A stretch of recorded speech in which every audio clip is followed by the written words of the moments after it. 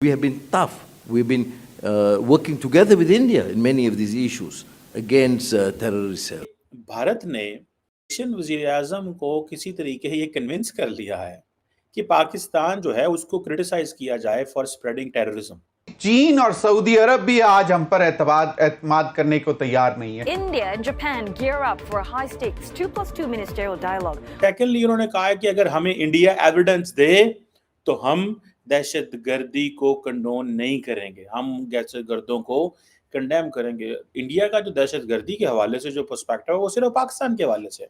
गुर्बत, बेरोजगारी, बैरूनी और अंदरूनी कर्जों का कम न होने वाला पहाड़ अपनी जगह, आलमी इदारों का मुल्की मईशत पर खदशात का इजहार भी अपनी जगह। अगर इंडिया ने मलेशिया को कन्विंस कर लिया कि भाईजान पाकिस्तान ऐसा कर रहा है, तो याद रखिएगा इंडिया बहुत बड़ी ब्रेक लगाएगा मुसलमान दुनिया के अंदर पाकिस्तान को मजीद आइसोलेट करने के लिए। दोस्त ममालिक का कर्ज देने से इनकार भी अपनी जगह।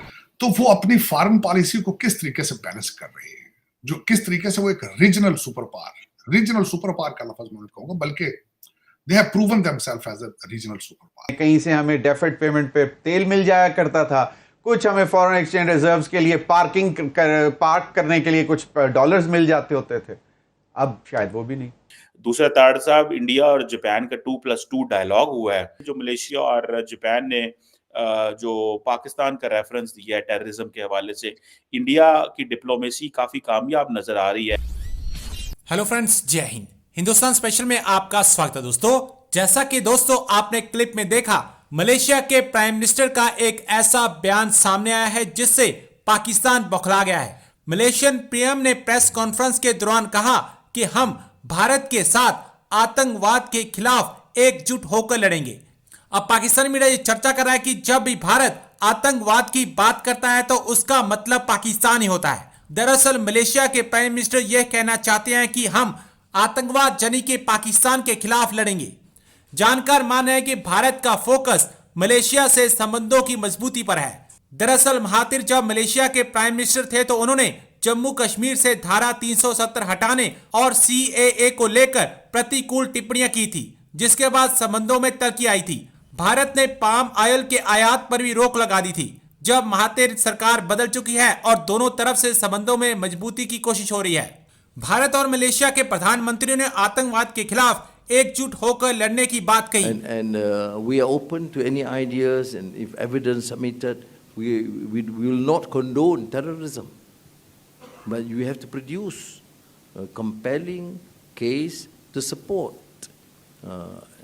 And we have been tough. We've been working together with India in many of these issues against terrorist cells. Bharat ने मलेशियन वज़ीर-ए-आज़म को किसी तरीके ये कन्विंस कर लिया है कि पाकिस्तान जो है उसको क्रिटिसाइज किया जाए फॉर स्प्रेडिंग टेररिज्म।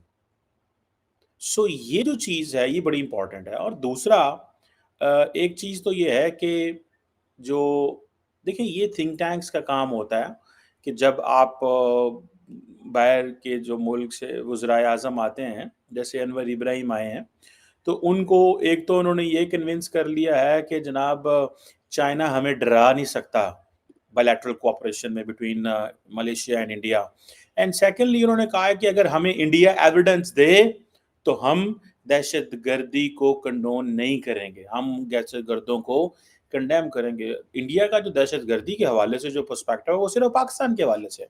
इंडिया को अलकायदा या हमास या हिजबुल्ला या उनका और कोई नहीं है, वो सिर्फ उनकी जो डेफिनेशन है दहशतगर्दी की वो ये है कि जो ऑर्गेनाइजेशंस कश्मीर के अंदर ऑपरेट कर रही हैं उनकी वो बात जो है वो करते हैं।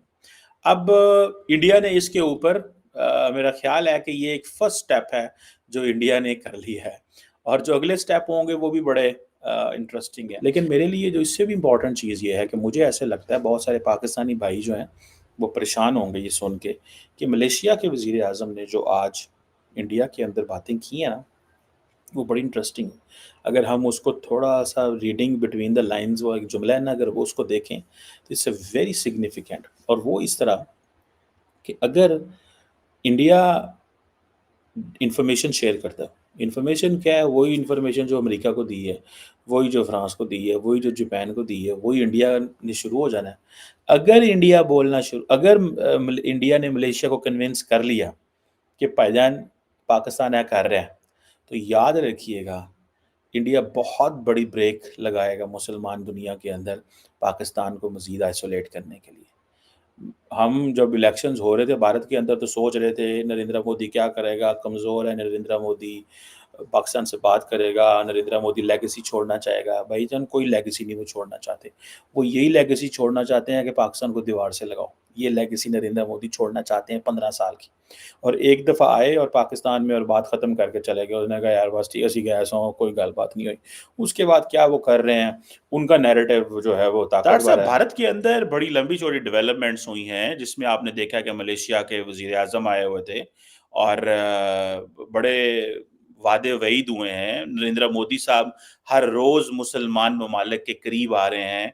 जिन ममालिक की पाकिस्तान के साथ अच्छी दोस्तियाँ होती थी या जो कश्मीर पे बोला करते थे, आज इंडिया और मलेशिया मिलके चाइना का मुकाबला करना चाहते हैं।